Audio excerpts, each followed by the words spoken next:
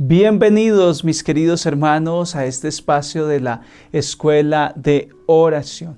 Una gran bendición contar con ustedes. Varios me escriben durante el día, Padre, esperando que llegue la noche para este encuentro. Y para mí también es una alegría, para mi familia, el poder estar llevando la palabra de Dios a través de una enseñanza segura, como lo dijo el Papa Juan Pablo II. Una norma segura para enseñar la fe es el catecismo de la Iglesia Católica, lo dijo este gran santo de nuestra época de la Iglesia.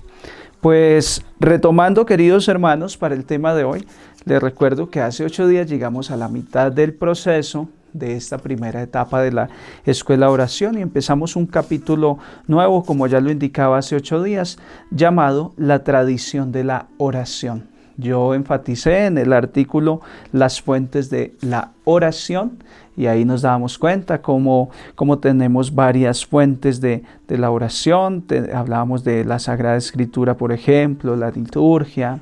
Después escuchamos a mi hermano Jorge hablar de lo que es el camino de la oración.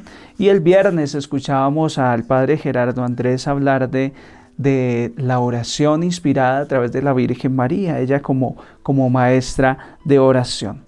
Y hoy retomamos en el artículo 3 de este segundo capítulo que estamos analizando y vamos a hablar de los maestros y lugares de la oración. Es decir, que tengo ahí un doble desafío: lograrles compartir cuáles son los maestros de la oración y cuáles son los lugares donde yo debo practicar esa oración que aprendo de los maestros. ¿Qué les parece, queridos hermanos? Qué interesante. Hoy vamos a aprender estas dos dimensiones de la oración: los maestros y los lugares. Pues libreta en mano, apuntes de todo aquello que les parezca interesante, que de hecho el Catecismo de la Iglesia nos presenta una riqueza de tal modo que todo resulta bien interesante, bien agradable para nuestra necesidad de aprendizaje como discípulos de esta escuela de oración.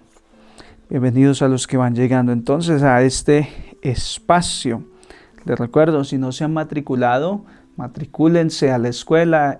Envíen sus datos al correo redintercesioncatolica@gmail.com y ahí mi hermana, que está haciéndonos ese servicio de secretaria de la escuela, les va a inscribir en la escuela. Vamos entonces a la primera parte. ¿Cuáles son los maestros de la oración? Vamos a ver qué nos dice el Catecismo de la Iglesia Católica. Los testigos que nos han precedido en el reino de los cielos, aquellos de los cuales habla el Apocalipsis, esos que están delante de Dios, que han lavado sus vestidos en la sangre de Jesús Cordero, especialmente los que la Iglesia ha reconocido.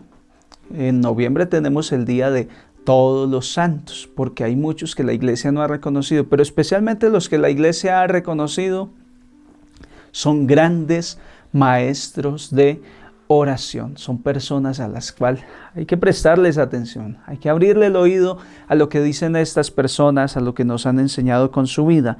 Los santos. ¿Por qué? Porque ellos participan en la tradición viva de la oración. Ellos se han convertido, cada santo que se va sumando al número de los santos, pues va agregando una riqueza, va enriqueciendo la tradición de la oración en la iglesia. Primero, por su testimonio. Cuando leemos la vida de un santo, uno encuentra muchos elementos de oración. Por ejemplo, cuando yo me leía a San Francisco de Asís, tenía yo 17 años, pero de él aprendí que las vigilias de oración, que orar por periodos largos, es muy beneficioso. Oró 40 días, ayunó durante esos 40 días, entre otras formas de oración que nos enseña este gran santo. Segundo, por sus escritos. Oiga, hermanos, qué importante es tener los escritos de los santos. Y tercero, por su oración. Es decir, que los santos nos traen 3 medios de enriquecernos. Primero, su testimonio. Madre Teresa de Calcuta, su testimonio. Tal vez no la veía orando, tal vez las cámaras no se entraban a la capilla de oración de la Madre Teresa, pero vimos su testimonio. Está albana, con una mediana estatura, pero poderosa en sus obras, poderosa en su actuar, con profecía en su mirada, como decía Pablo VI. De ahí uno deduce, este testimonio es de una mujer de oración. Entonces lo primero que nos dan los santos, el testimonio. Segundo, sus escritos. Y tercero, su oración. Los santos oran y no oran para sí solitos, los santos oran por todos nosotros. Los santos nos dan grandes enseñanzas de oración. Los santos son toda una riqueza impresionante para la Iglesia Católica. Hay que explotar estos medios. El testimonio. ¿Dónde encuentra uno el testimonio de los santos? En la vida de los santos. Hay libros que nos enseñan la vida de los santos, donde podemos leer lo que los santos escribieron, lo que se recopila, lo que se dice de ellos. Por ejemplo, a mí me ha impactado muchísimo la vida del cura de Ars. Entonces, acá uno se acerca al testimonio del cura de Ars. Este libro, que es una gran bendición, lo recomienda Juan Pablo II y dice que es el libro mejor logrado acerca del cura de Ars, que es de Francis Trochu, y llama a sí mismo El cura de Ars. Esto es una riqueza impresionante. Uno cuando va leyendo, va devorando palabra. Me gusta subrayar, quería subrayar todo. Y de ahí aprende uno de los santos a orar. Por ejemplo, de este libro rescato muchísimo cómo el cura de Ars se levantaba a las 12 de la noche, 12:30, dormía de 8 o 9 de la noche hasta la medianoche y se levantaba y se iba al templo a orar. Y las gradas quedaban mojadas con sus lágrimas, intercediendo y orando, y así en esa rutina durante 10 años pidiendo la conversión de Ars. Fíjense, hermanos, qué riqueza. Ese testimonio a mí me aviva, me anima a orar. Durante el año pasado, cuando tenía en República Dominicana esa oración de intercesión diaria con muchos de ustedes que la transmitíamos por mi canal, cuando llegaba a las 4:30 de la mañana y sonaba mi alarma, yo me acordaba del cura de Ars. Yo decía, pero tengo que levantarme. El cura de Ars se levantaba a la medianoche y me iba a orar con mis laicos. Entonces ese testimonio lo anima a uno. Entonces lo segundo, los escritos de los santos.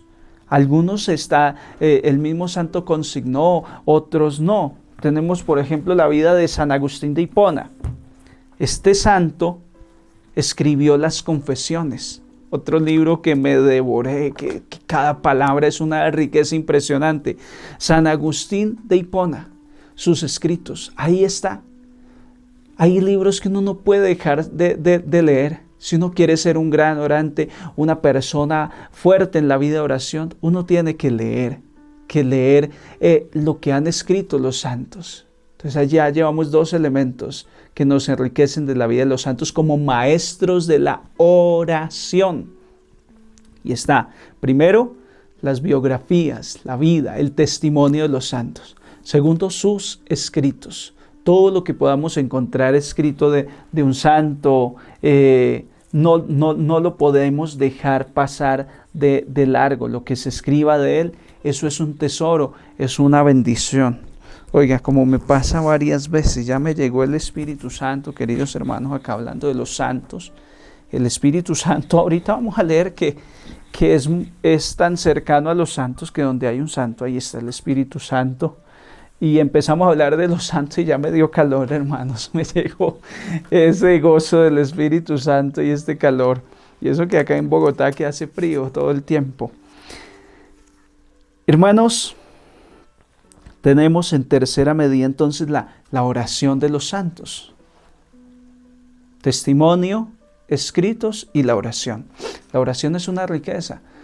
La Madre Teresa de Calcuta oraba por el mundo entero. San Juan Pablo II se dice en su testimonio que a las 4 de la mañana se postraba en cruz en una capillita que tenía ahí al lado de su habitación, y ahí estaba 1 hora, postrado como el día de la ordenación, que los sacerdotes nos postramos así en cruz sobre el suelo, entregándole nuestra vida a Dios y abrazando la tierra. Y el Papa Juan Pablo II todos los días esa oración. Eso es una fuente de oración para el mundo. Esa oración es contagiosa. El cura de Ars orando por su pueblo.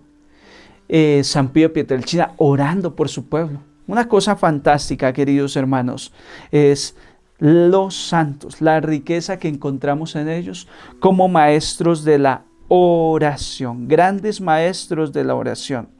Ellos contemplan a Dios, lo alaban y no dejan de cuidar de aquellos que han quedado en la tierra. Los santos se han ido ya al encuentro con Dios.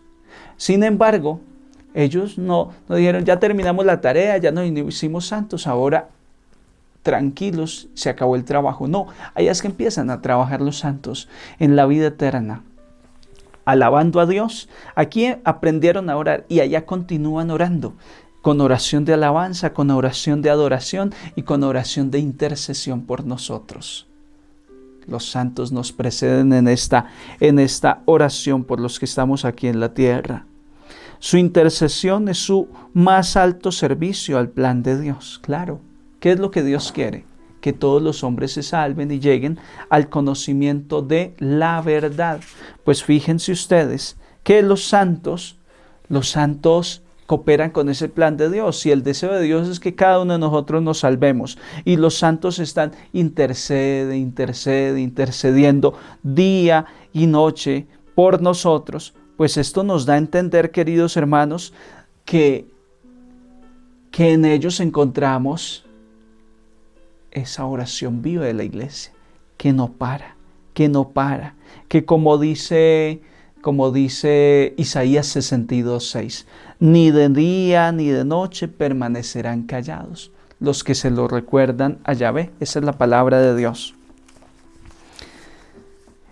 En la comunión de los santos se han desarrollado diversas espiritualidades a lo largo de la historia de la iglesia. Atentos a esto. En la diversidad está la riqueza de la iglesia. Hay tantas líneas de espiritualidad como santos hay en la iglesia. Muchas líneas de espiritualidad. Que a mí me gusta la oración muy efusiva, muy de la renovación carismática. Entonces uno encuentra estos santos así efusivos. Y en la misma escritura encuentra estos testimonios de estos santos alegres. Por ejemplo, David danzaba, cantaba los salmos, una oración muy efusiva. Pero uno encuentra otros santos más de la contemplación, más del silencio, más ese estilo de San Juan de la Cruz. Hay para todos los gustos, para todo el que quiera hacer escuela, pero todos en una sola comunión, todos alabando a Dios, intercediendo, cada uno a su modo. Y por eso nos vamos identificando con diversos santos. Cada quien se identifica con un santo. Y atentos a esto, el carisma personal de un testigo del amor de Dios hacia los hombres puede transmitirse. Es decir, el carisma personal de un santo puede transmitirse a fin de que sus discípulos participen de este espíritu. Y esto es algo impresionante, queridos hermanos. Aquí en Colombia decimos que entre el que anda entre la miel, el que entre la miel anda, algo se le va pegando, decimos nosotros. O el que a un buen árbol se acerca, buena sombra le cobija. El que se acerca a un santo, esto se le transmite, como cuando Elías iba a irse, ya a dejar su misión en esta tierra.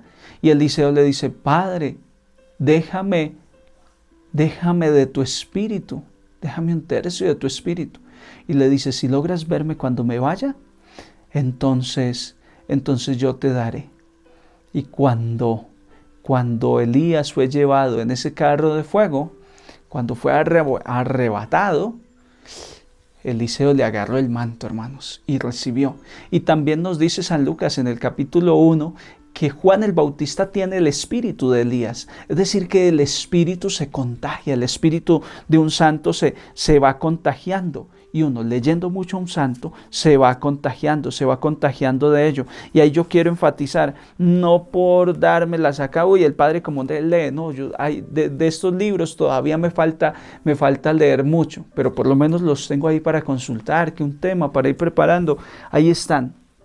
Yo quiero decirles, hermanos, que hay libros clásicos, no los tengo todos, pero por lo menos los que en estos 5 meses he logrado tener aquí, ahora que me trasladé a Bogotá, algunos me quedaron en República Dominicana, pero clásicos de espiritualidad, para usted empezar, por ejemplo, empiece leyéndose La Filotea, el libro de San Francisco de Sales, un libro sencillo donde él va entrenando un alma para caminar en santidad.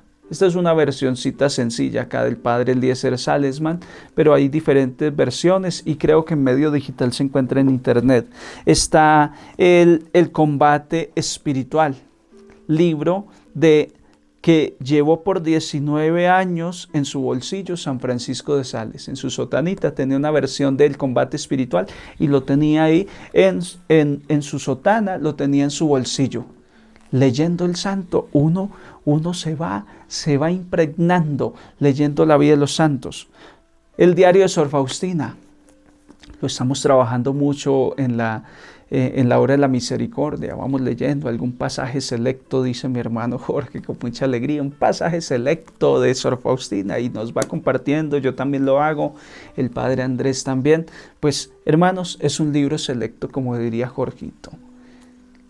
Esto es pura espiritualidad, esto se lo leyó Juan Pablo II y lo conoció muy de cerca porque él siguió de cerca este proceso de canonización de Sor Faustina Kowalska. Cuando uno va leyendo la vida de estos santos, uno se va impregnando. Ya lo dije, el cura de Ars, clásico de espiritualidad, no dejar de leérselo. Uno de la actualidad es un gran sacerdote. No se me hace extraño que en un futuro tal vez se adelante un proceso con él. Es el padre Raniero Cantalamessa, lleva como cerca de 30 años siendo el predicador de la Casa Pontificia, el que predica los retiros espirituales del Papa y de toda la curia romana. Es el padre Raniero Cantalamessa, un fraile capuchino de una espiritualidad tan sólida, pues de ahí muchas de las homilías que hago, pues de ahí bebo. Ya les decía, libro clásico de espiritualidad, San Agustín de Hipona, las confesiones de San Agustín. Imperdonable que un católico serio no se lea las confesiones de San Agustín. Las obras de Santa Catalina de Siena, otro clásico de espiritualidad. Busque Santa Catalina de Siena por donde pueda, en una librería, consígase lo que es otro clásico de espiritualidad. San Francisco de Asís, el santo que más se parece a Jesucristo, así lo han catalogado. Tuvo todos los estigmas, su humildad, su vida, su entrega por vivir el Evangelio a plenitud. Ahí está San Francisco de Asís, otro libro que usted no se debe dejar de leer en su vida. También tenemos a Catalina de Emmerich, Ana Catalina de Emmerich. Otro gran libro de espiritualidad, de profundidad, de vida monástica, unas cosas fantásticas. Por decir algunos libros, este del Asalto al Cielo, estoy a punto de empezar a leerlo, la historia de Santa Catalina de Siena, doctora de la Iglesia. Hermanos, hay mucho para leer, que no tengo aquí a mano. Está La Imitación de Cristo, otro clásico de espiritualidad. Santa Teresa de Ávila, tampoco lo tengo a la mano, pero otro clásico que hay que leer. Y San Juan de la Cruz, ni se diga. Teresa de Ávila, San Juan de la Cruz, Santa Teresita del Niño Jesús, se me quedó de República Dominicana, Historia de un alma. Hermanos, no dejar de leer estos clásicos. No estoy haciendo propaganda de venta, porque no estoy vendiendo libros en este momento, hermanos. Estoy haciendo propaganda de la vida de los santos y a partir del Catecismo de la Iglesia Católica, que nos dice que los santos son maestros de oración. Los santos. Fíjense lo que dice San Basilio de Cesarea. El Espíritu es verdaderamente el lugar de los santos, y el santo es para el Espíritu un lugar propio, ya que se ofrece a habitar con Dios y es llamado templo suyo. Es decir, que cuando uno lee un santo, uno está donde está el Espíritu Santo. Uno se acerca a un libro de estos y la fuerza de la espiritualidad de la fe hace trascender el libro y uno se conecta con el Espíritu del Santo. Introduje mostrarle estos libritos porque el Catecismo de la Iglesia Católica dice que el carisma personal de un santo que es testigo del amor de Dios se puede transmitir a los hombres a fin de que nosotros como discípulos participemos de ese Espíritu, como aconteció con estos grandes santos, Elías, Eliseo, Juan el Bautista. Esto es el numeral 2684 del Catecismo de la Iglesia Católica. Fíjense, hermanos, esta garantía, cuando uno se acerca a la vida de uno de los santos, ahí se encuentra con el Espíritu Santo. Ahí uno se da cuenta, queridos hermanos, que el Espíritu de Dios acompaña a ese santo. Ahí tiene uno la garantía de ir a una fuente segura. Es que los santos son una fuente segura de espiritualidad. Son una fuente inagotable de conocimiento. Ya lo dije, por esos 3 elementos que encontramos en los santos. Primero, su testimonio. Segundo, sus escritos. Y tercero, su oración. Tercero, la oración de los santos. Continuemos, hermanos.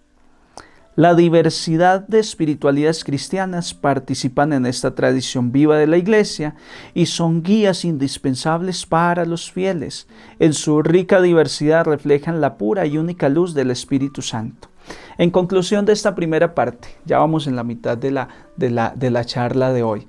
En conclusión, los santos son fuentes seguras de espiritualidad, son maestros de oración. Usted quiere crecer, usted quiere avanzar, acérquese a la vida de los santos. De hecho, los santos leían a otros santos. Debajo de un santo hay otro santo. Es así, detrás de un santo hay otro santo. Esto es algo fantástico. Acercarse a la vida de los santos. Hay mucho católico que sabe su rosario, sabe sus oraciones, pero no ha crecido, no ha escalado. ¿Por qué? Porque no tiene referentes, porque no sigue espiritualidades, porque se ha quedado con el catecismo que le enseñaron en la escuela, en la parroquia, las oraciones, el rosario, ir a misa, pero le falta trascender.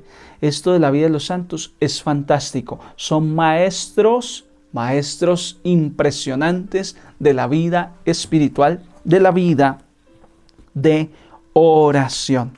Ojalá que yo les despierte ahí esa sensación, ese deseo, voy a comprarme la vida de un santo, a ver si alguno de estos que nombró el padre Ronald aparece por ahí y empiezo a leer. No nombré el libro principal de los santos. Aquí es donde hay más santos. La Sagrada Escritura.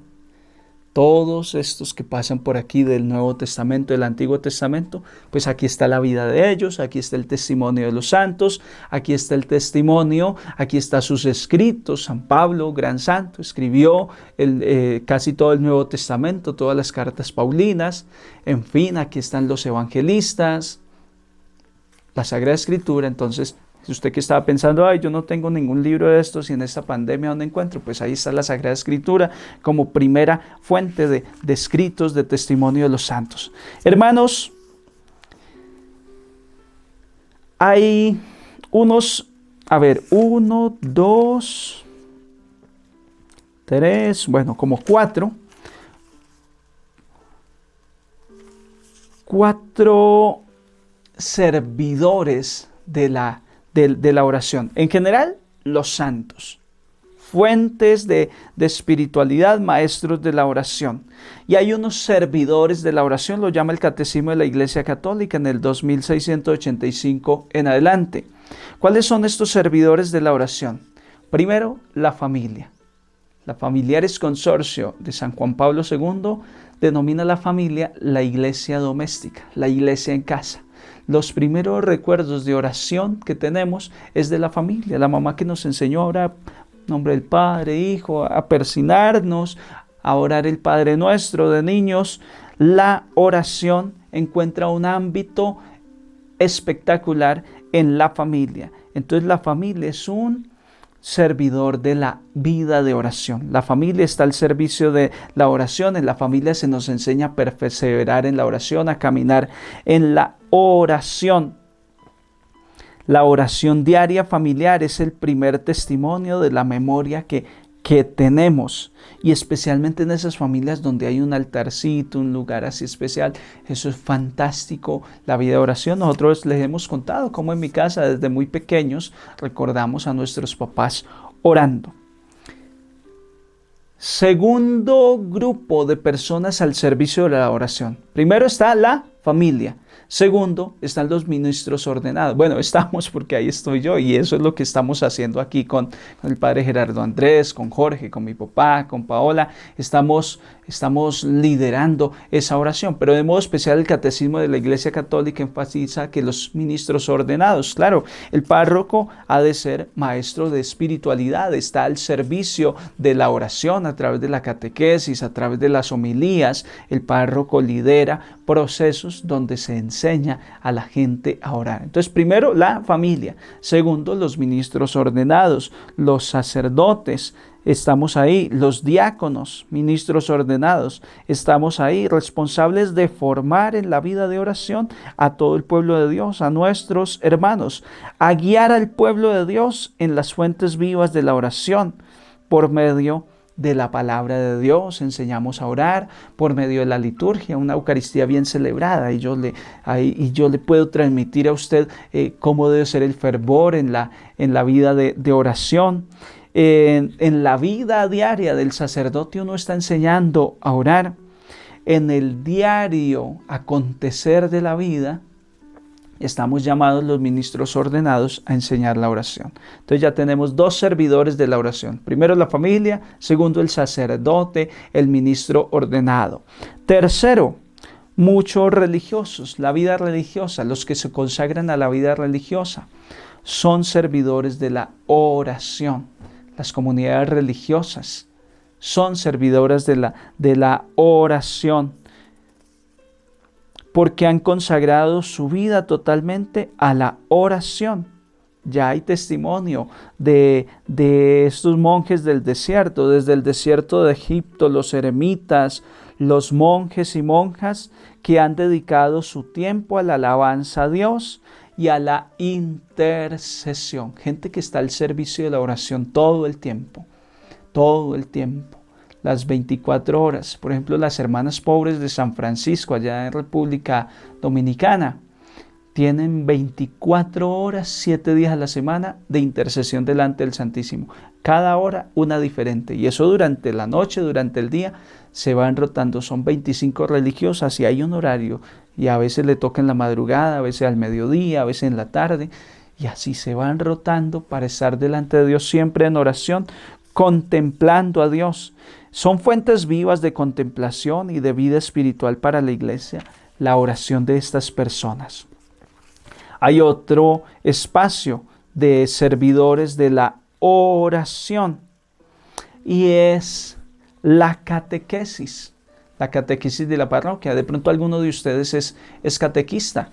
Lo más seguro puede ser que alguno de ustedes sea catequista. Pues los catequistas tienen un lugar privilegiado como servidores de la oración. Yo recuerdo a mi catequista que me enseñaba, Martica me enseñaba cómo era que se persinaba uno bien, que no era así.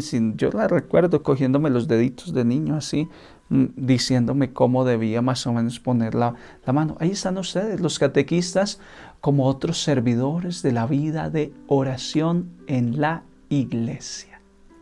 todos recordamos a nuestro catequista, a esa persona que nos enseñó este camino de fe y de oración. Es decir, que la catequesis, tanto de niños como jóvenes como adultos, está orientada a partir de la palabra de Dios y mediante la oración, a que nosotros interioricemos, actualicemos en la liturgia y vivamos en todo tiempo la vida de oración. La catequesis también es muy importante porque la catequesis nos purifica la devoción popular, la religiosidad popular. Las personas a veces cometen errores, pero no de mala voluntad, es que no han tenido catequesis. Y entonces una devoción popular debe ser catequizada para que las personas no caigan en desviaciones de no hacer lo que manda la iglesia y terminar tal vez desviándose del camino que Dios ha trazado de vida de oración. Entonces ya llevamos hasta este punto, a ver, 2, 3, 4 servidores de la vida de oración. Primero, la familia. Segundo, los ministros ordenados. Tercero, los consagrados a la vida religiosa, a la vida de oración. Cuarto, los catequistas, la catequesis, lugar privilegiado para enseñar la vida de oración, para estar al servicio de la oración. En la catequesis nos enseñan a memorizar las oraciones fundamentales, que es la base indispensable de la oración. Saber si unas oracioncitas fundamentales, eso hace que uno componga un espacio de oración fácilmente. Pero si no me sé ni Padre Nuestro, ni Ave María, ni la Salve, pues quedo yo ahí como que muy difícil para entrar en un ambiente de oración. Tenemos un quinto grupo de servidores al servicio de la oración, y son los grupos de oración, numeral 2689. Esta palabra me encantó del Catecismo de la Iglesia Católica. Los grupos de oración o escuelas de oración. Y en eso es que estamos, hermanos. Somos un espacio privilegiado y no lo inventamos. Esto es del Catecismo de la Iglesia Católica. Somos servidores de la vida de oración. Esta escuela de oración son hoy uno de los signos y uno de los recursos de la renovación de la oración de la Iglesia. Pertenecemos a un movimiento renovador del Espíritu Santo en la Iglesia. Renovación de la Iglesia. Son los grupos de oración y las escuelas de oración. Somos ese signo de que la Iglesia se está renovando en su oración, de que el laico está yendo más allá de la oracioncita que apenas se aprendió de memoria, está aprendiendo a orar más, y es que la Iglesia se está renovando en oración. Somos uno de los recursos renovadores, a condición de que la gente pueda beber de las fuentes de la plegaria cristiana, de las fuentes auténticas. Para eso somos escuela de oración, para eso somos grupos de oración. En el grupo de oración de los sábados ustedes están aprendiendo a orar. En esta catequesis de la escuela de oración ustedes están aprendiendo a orar, pero no de cualquier forma, sino como dice el Catecismo de la Iglesia Católica, garantizando que se beba de las auténticas fuentes de la oración cristiana. Esta es enseñanza segura, si ustedes se han dado cuenta que es pura palabra de Dios, Catecismo de la Iglesia, Concilio Vaticano II, libros de los santos, catequesis del Papa. O sea, una espiritualidad firme, seria y segura. A veces le da a uno miedo como sacerdote, con muchos de ustedes que se van a muchos grupos, pero quien lidera es un fanático, es alguien que no ha tenido formación, que no tiene doctrina sólida, como dice el Papa Juan Pablo II, que no conoce el catecismo, que es una norma segura para la enseñanza de la fe. Entonces la gente se nos desvía, entonces la gente comete muchos errores doctrinales y termina hasta saliéndose de la Iglesia Católica. Por eso esta escuela de oración garantiza que sea una enseñanza conforme a la fuente, conforme al magisterio de la Iglesia Católica. Y además nosotros como escuela de oración, dice el Catecismo de la Iglesia, nos preocupamos por mantener la comunión en un signo de la autenticidad de la oración de la Iglesia. Ustedes recuerdan que cuando hacemos la coronilla de la Divina Misericordia o cualquiera de las oraciones decimos, vamos a ponernos en la comunión de los santos.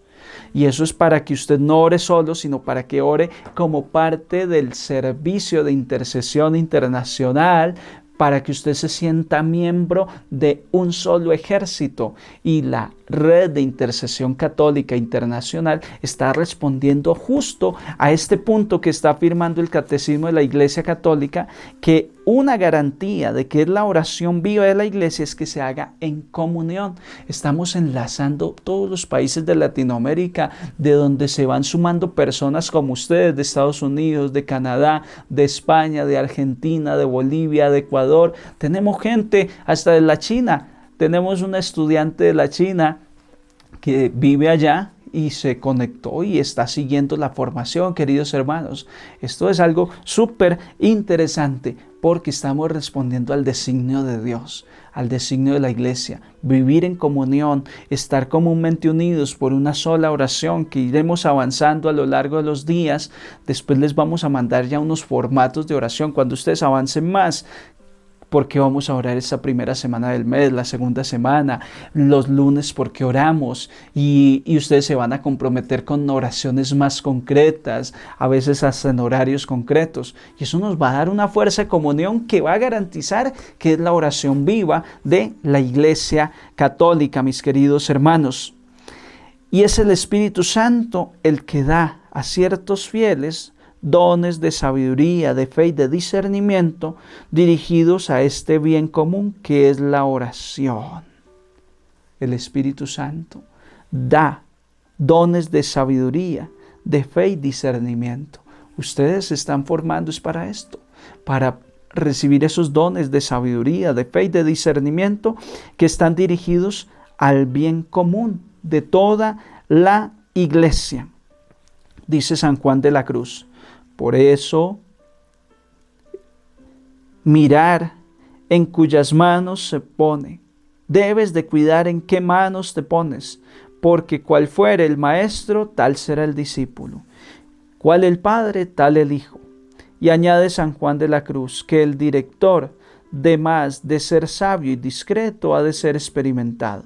Si no hay experiencia de lo que es puro y verdadero espíritu, no atinará a encaminar al alma en él cuando Dios se lo da, ni aún lo entenderá. San Juan de la Cruz. Hemos de ponernos en buenas manos. Yo me puse en manos de San Francisco de Asís. Ahora, como sacerdote, quiero ponerme mucho en manos de Santa Catalina de Siena. Fuerte en la intercesión por los sacerdotes y nos enseña muchísimo. Me he puesto en manos del cura de Ars, me he puesto en manos de San Francisco de Sales, me he puesto en manos de San Pío de Pietrelcina, y cada uno lo va forjando a uno.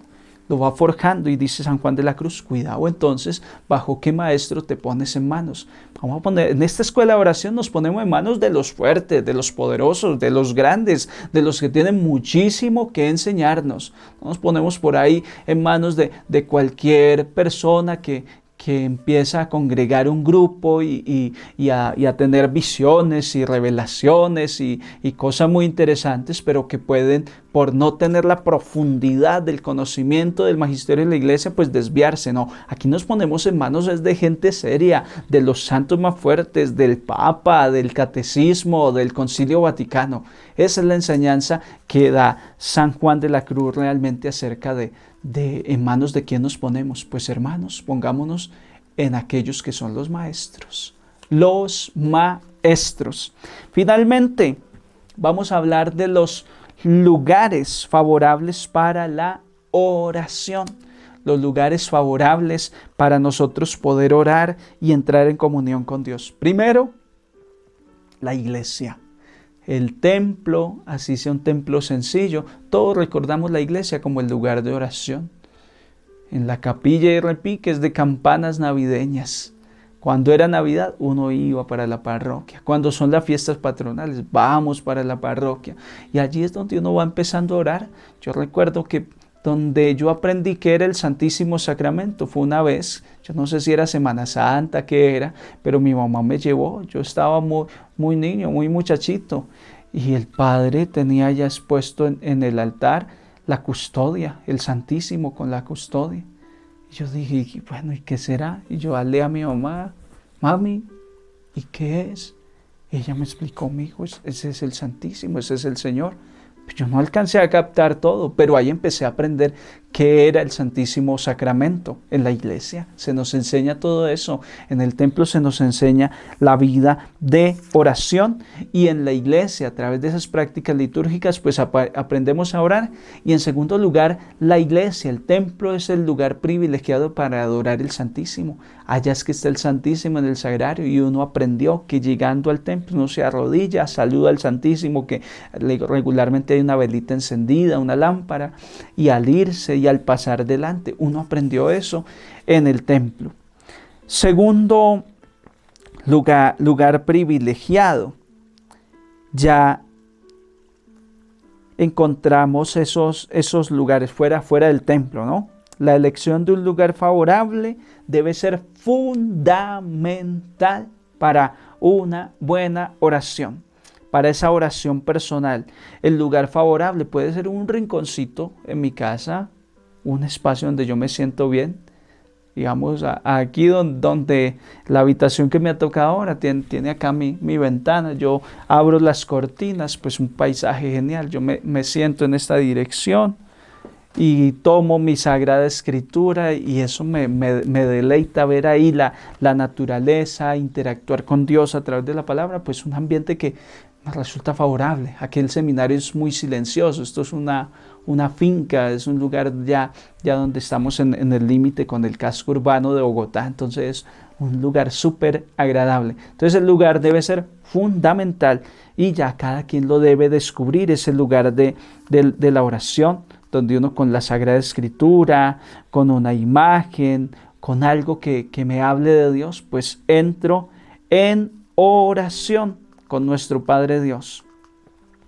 En una familia cristiana seria debe haber un oratorio, debe haber un lugarcito donde la familia ora, un estilo de capillita. Pues un oratorio es algo sencillito, porque pues, en el hogar no siempre puedes destinar un cuarto, una sala para la oración. Recuerdo, por ejemplo, al diácono Yanni Díaz, que fue un papá espiritual allá en República Dominicana, para nosotros los siervos, para mí, todo el tiempo me dio mucho apoyo. Y él en su casa tiene su oratorio, ahí en el segundo piso, tiene su capillita, todo pequeñito, pero muy bonito, y está el asiento para la esposa, para los hijos, un lugar muy especial. Pues esto es algo muy de admirar, que en una familia cristiana haya ese espacio. ¿Qué debe haber ahí? Por lo menos la Sagrada Escritura, un crucifijo, una imagen de la Virgen, cositas así que nos favorezcan ese lugar también para poner los libros espirituales. En las religiones en las regiones donde existen monasterios, una misión de esas comunidades es favorecer la participación de los fieles en la vida de oración. Entonces ya hemos hablado como de dos lugares: el templo parroquial o la capilla, el lugar, el centro de oración.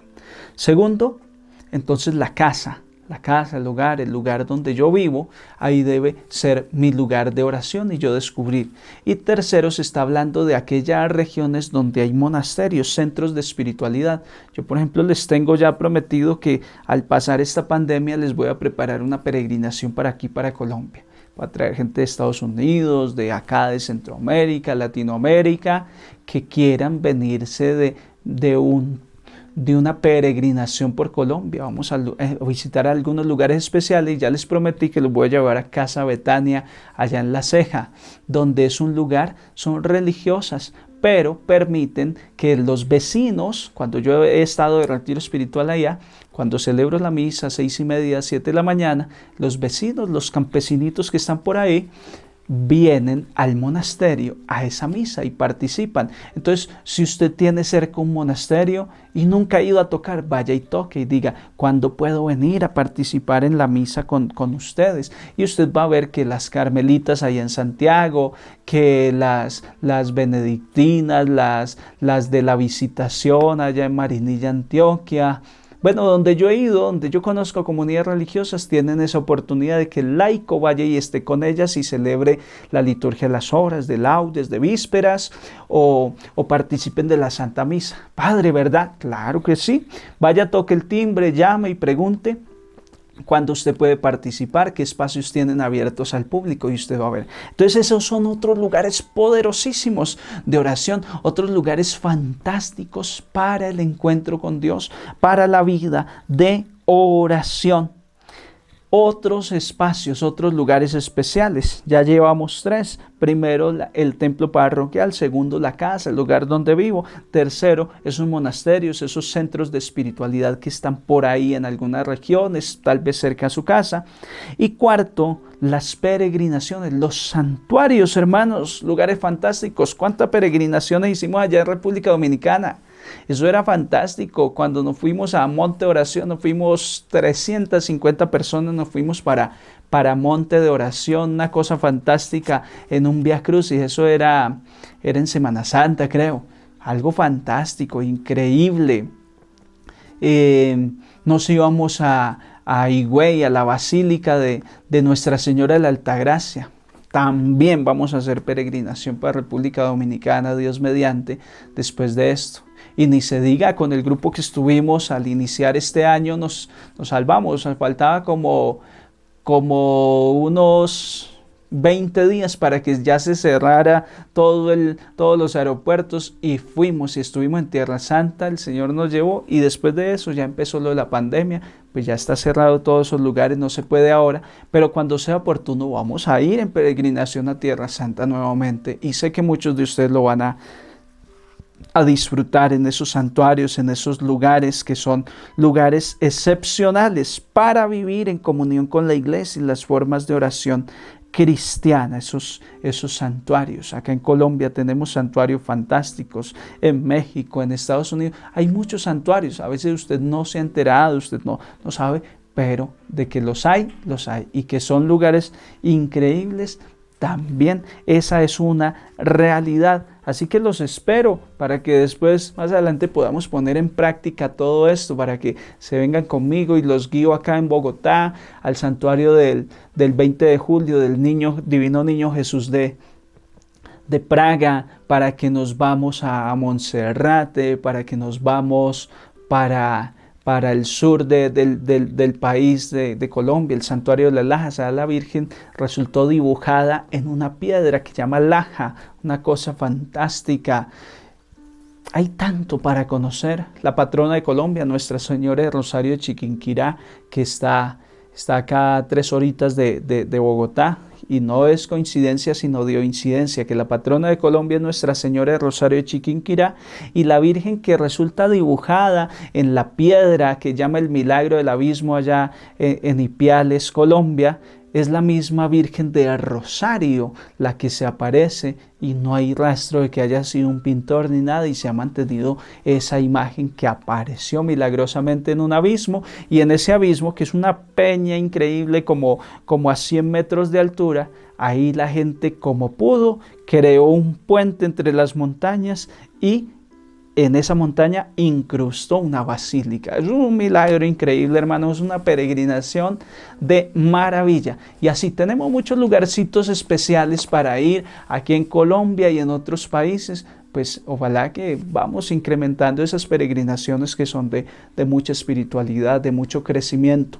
Pues ahí está, queridos hermanos, la enseñanza para esta ocasión. Espero entonces que guarden en su corazón y que puedan vivir esta experiencia a la cual el Señor nos está llamando. Concluyendo, tenemos maestros de la oración y lugares de la oración. Maestros de la oración, entonces los santos, y los lugares, pues hay que buscar un lugarcito donde yo pueda orar: el templo parroquial, mi casa, los monasterios y las peregrinaciones. Hermanos, La gracia del Señor con ustedes. Dios los bendiga, Dios los guarde hoy y siempre. Y los esperamos en otro momento. El próximo miércoles los esperamos para esta formación de la escuela de oración. Dios los bendiga y los guarde en el nombre del Padre, del Hijo y del Espíritu Santo. Que estén todos muy bien, mucho ánimo. Gracias a los que están participando de esta escuela de oración, a los que siguen caminando con el Señor y que están aquí con nosotros. Dios los bendiga.